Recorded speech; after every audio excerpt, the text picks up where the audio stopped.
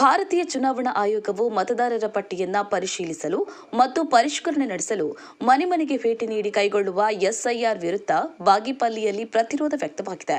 ಈ ಹಿನ್ನೆಲೆ ಜೂನ್ 13ರಿಂದ 18ರವರೆಗೆ 5 ಮಾರ್ಗಗಳಲ್ಲಿ ರಾಜ್ಯವ್ಯಾಪ್ತಿ ಜನಜಾಗೃತಿ ಅಭಿಯಾನ ನಡೆಯಲಿದ್ದು, ಹಲವಾರು ಪ್ರಶ್ನೆಗಳಿಗೆ ಚುನಾವಣಾ ಆಯೋಗ ಉತ್ತರಿಸಲೇಬೇಕು ಎಂದು ಒತ್ತಾಯಿಸಲಾಗಿದೆ.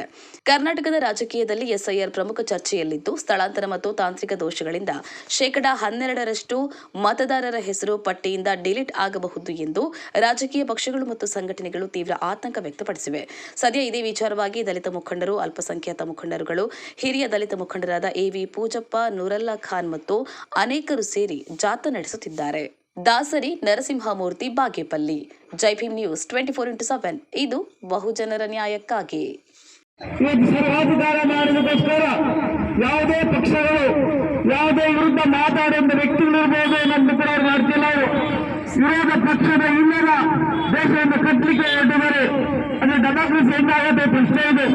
ಹಾಗಾಗಿ ಎಸ್ಐಆರ್ ಮೂಲಕ ಒಂದು ಸಂಚನ್ನು ರೂಪಿಸಿ ನಮ್ಮೆಲ್ಲರನ್ನು ಬಲಿ ಕೊಡಲಿಕ್ಕೆ ಹೊರಟಿದ್ದಾರೆ. ನಾವು ಈ ಬಲಿ ಇದಕ್ಕೆ ಯಾರು ಕೂಡ ಬಲಿಯಾಗದೆ ಉದಿಗಳಾಗಿ ನಾವು ಕೆಲಸ ಮಾಡುವ ಸಂದರ್ಭದಲ್ಲಿ ಓದ್ತಿದೆ.